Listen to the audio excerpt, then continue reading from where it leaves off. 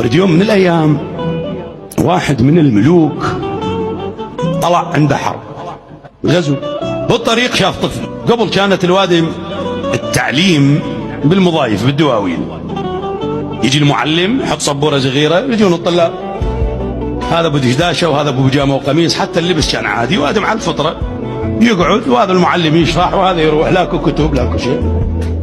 فاجى يريد يدرس. اكثر شيء الناس كانت قبل ايش تدرس قرآن الكريم.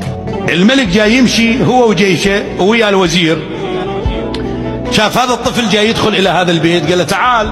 الطفل فطن، قال له نعم. قال له وين رايح؟ قال له للدرس. قال له وين تدرس؟ قال له انا هذا البيت. قال له شو اسمك انت؟ قال اسمي فاتح. فاتح، حلو. شنو درسك اليوم؟ قال درسي قوله تعالى إنا فتحنا لك فتحا مبينا. قال له خوش درس، يلا روح ابني. راح الملك، قاتل، انتصر بالحرب، بات ليلة بالمعركة، يوم ثاني رجع. جاي يرجع قال لي الوزير، قال له اقول لك هذا المكان اللي شفنا بيه الطفل، شو هذا فال خير علينا صار، ما تدليني بيه وين؟ قال الوزير يني ندله. قال امشي. صدفة دخولهم للمدينة هم الصبح، اجوا ضربوا الباب، فتح الباب المعلم، قال له نريد نشوف طالب عندك. قال تفضل جلالة الملك. طب لقى الطالب. الملك سأل المعلم، قال له جاي تدرسون؟ قال له جاي ندرس قوله تعالى عبس وتولى. قال له ايش قد صار لكم تدرسون بهذا الدرس؟ قال له صار لنا 3 ايام. الملك باوع، بس شلون اللي ضايج؟ قال للطفل قوم. قال له نعم جلالة الملك.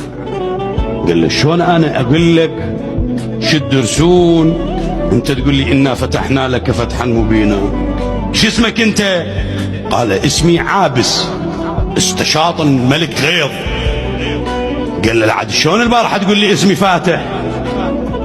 زين شلون تقول درسي انا فتحنا لك فتحا مبينا طلع اسمك عابس ودرسك عبس وتولى؟ قال له جلالة الملك لا تفهمني خطأ، انت طالع وياك جيشك مدججون بالسلاح، انا شفتك مثل اللي طالع الحرب المعركة، وقولته هن شفتك صبحت بوجهي، فمن سألتني ردت أصير انفال خير عليك. شوف التربية شلون تلعب دورها.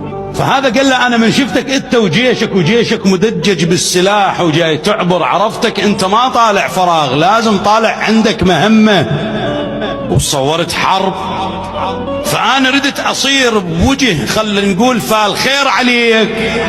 من قلت لي شو اسمك؟ قلت لك اسمي فاتح، بالحقيقة أنا اسمي عابس. من قلت لي درسك؟ قلت لك إنا فتحنا لك فتحا مبينا، بالحقيقة أنا درسي عبس وتولى أن جاءه الأعمى. الملك استحسن الفكرة، ضحك، التفت للوزير قال يا فلان. قال بلى جلالة الملك. قال له أعطه أكرمه. قال ايش كثر أكرمه؟ قال له اعطيه دينار. طو الدينار. الطفل امتنع، قال له لا ما أريد. قال له ويحك إنها هدية الملك. قال له حتى لو هدية الملك ما أريد. قال له ليش؟ قال له إذا رحت للبيت راح أبوي يضربني. قال ليش يضربك؟ لأنه راح يقول لي منين لك هذا الدينار؟ الوزير قال له قل له من الملك. قال له لا أبوي راح يكذبني، لأن راح يقول لي الملوك ما ينطون دينار. ضحك الملك. قال للوزير فلان. قال بلى سيدي. قال أعطيه 100. وهسه ال100 دينار هدية ملوك ولا لا؟ قال إيه هسه أقبلها. أخذ الهدية.